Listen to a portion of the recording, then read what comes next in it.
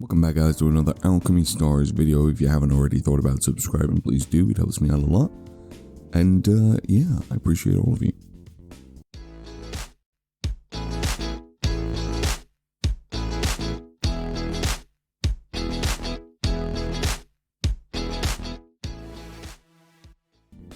Now, the game's on a maintenance, and I thought, why not just do the updated Thunder tier list? Now, this is the Eve edition. We have Eve in the game now, so why not add her in? Also, I've actually played a lot more of these Aurorians now, so I can actually make a pretty much more informative decision of where I actually believe some of these will actually now go. So we are going to move a couple of them around, whether or not some of them stay in the same place will be a choice that I'll have to make. Right, so where are we going to start with this? I'm actually going to start with my girl Vivian, right? Unfortunately, Vivian has fallen off massively, in my opinion, and has lost her place in the S tier. She's actually moving down to the A tier now for me, and the reason being for that is Wrath does a much better job than she does at her job. Jesus, even Kafka, honestly, Kafka goes up to S rank. She does a way better job than Vivian for what she does, and unfortunately because of that, yeah, Vivian is she's just not up there. 4 stars are actually going to surpass her in the sense that her damage is just not high enough. Even Kafka can put out more damage. I built my Kafka out, and I honestly use Kafka now more than I'll use my Vivian because of the sheer damage. And yeah, it's a sad story, but that is the case. Now, Beverly still remains as a double S rank, still one of the best converters that we have. Same with Iridan. Iridan I now have as A3. The being able to choose your tiles and make them a prism tile and being able to sort of link across from them afterwards, still fantastic in the sense of being able to position where you want to go. Michael, just absolutely fucking broken. Just one of the, like, I should have made a triple S rank on this and stuck Michael in on their own because they are just dumb. Now, Nemesis, I'm actually not that fussed anymore with Nemesis. I don't think Nemesis sits up in that double S rank. Now, Nemesis is good for what she does. I mean, she does the knockback and she does the tile conversion, but I don't think she's like double S rank, like busted, like must needed. She's more situational than anything now. I don't find myself using my Nemesis that much anymore. Not when I'm using sort of like Beverly, Nadine, and Iridan and things like those. Those are my 3 main converter / healer support.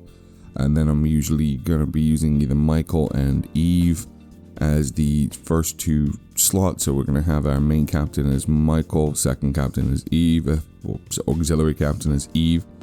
Then we'll have our converter, healer / converter. And so Nemesis only really comes into place when I need that knockback or I need that huge conversion on a longer cooldown. So she's very good still. That's why she remains in the S rank, but she's not double S rank. Not that what I originally thought of. Wrath is pretty much up there for clearing out small minions. So my team comp really at the moment consists of across my accounts, that is, not on the main account because I don't have Wrath yet on the main account, but I do have it on another account. So whenever I'm looking to take out a smaller minions, so there's a lot of small ones, not a boss phase basically, I'm always going to run Wrath, Eve, Gronru, Iridan, or Beverly, and then healer. So that's pretty much what I'm running when I'm running that. So Wrath is kind of like for small targets, double S rank. Michael is for the single target, double S rank. That's where I'm considering putting it. Gronru is a staple in all my team. Gronru does a lot of damage. I didn't realize how much damage that Gronru did until I got her A3. Got her equipment maxed out as well. She does a crazy amount of damage, especially the bosses as well, because she hits those 3 tiles in a line. So she can take out. I think I am thinking it's right. The ability travels along the tiles, meaning that if it's a 3x3 boss, that boss gets hit 9 times because it gets hit for the first 3, the second 3, and the third 3. So yeah, definitely a lot of damage there. I'm bringing Mia down as well to A rank.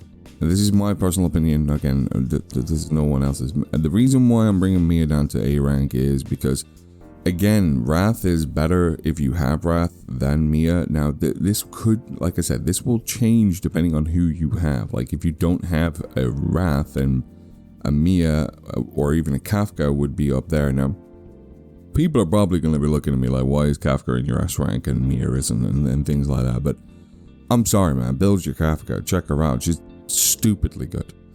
She's so good. Schwartz is still damn near awesome. I like his abilities. I don't find a use for him that much because I either run Wrath or sort of, you can run Math Beverly. Wait, Wrath or Eve, I suppose, would be the better case here.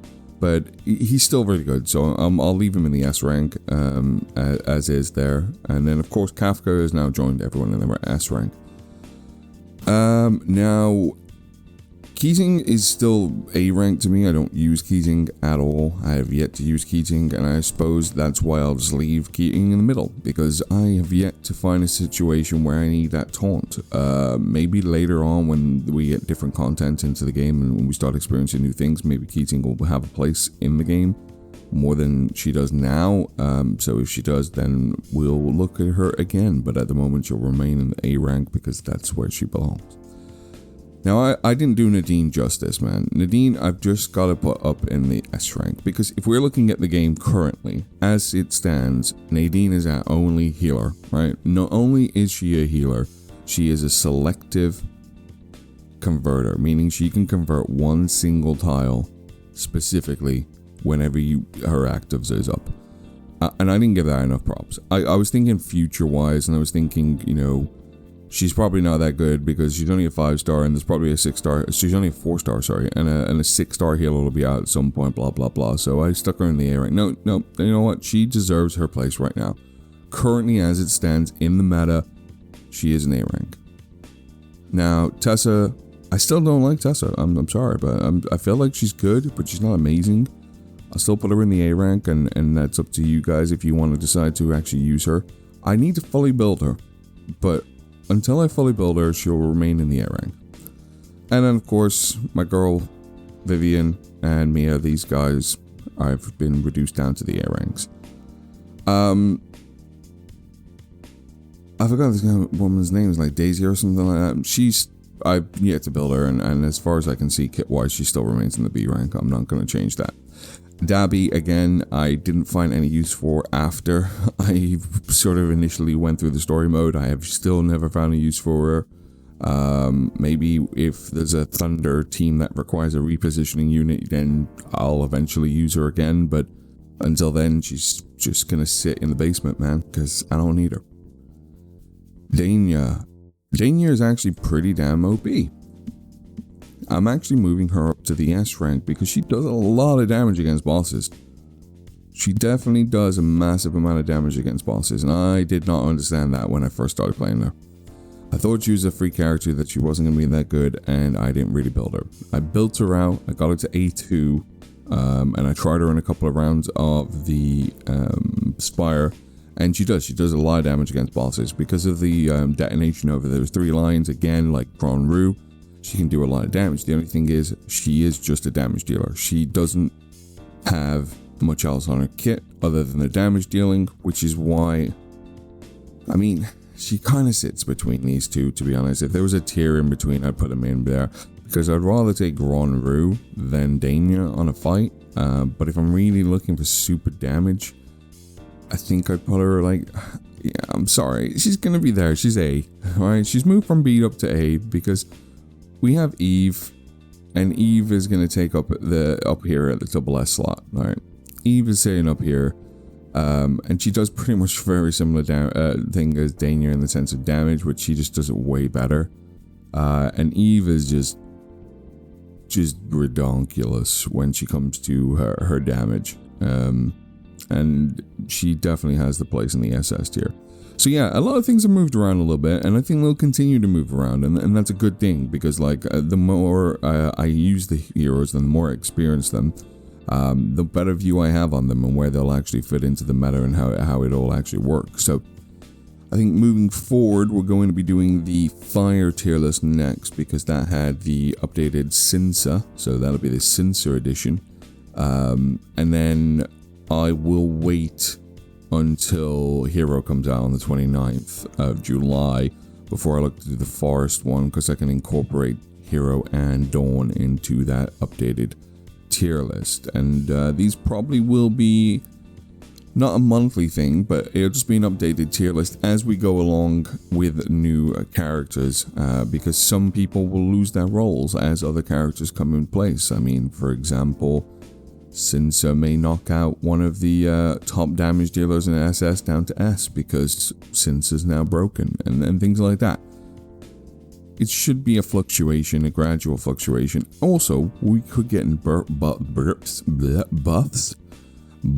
on certain Aurorians, which will then allow them to excel and move up the ladder back into the AS and SS categories. Or we'll get some bloody content that'll come out that will completely require some random ass character though no one's ever built. And we'll go from there. Hopefully that is requires level 72 Vivian at some point, because that day I'll be very happy because I'll have an advantage. And until next time, guys, bye bye.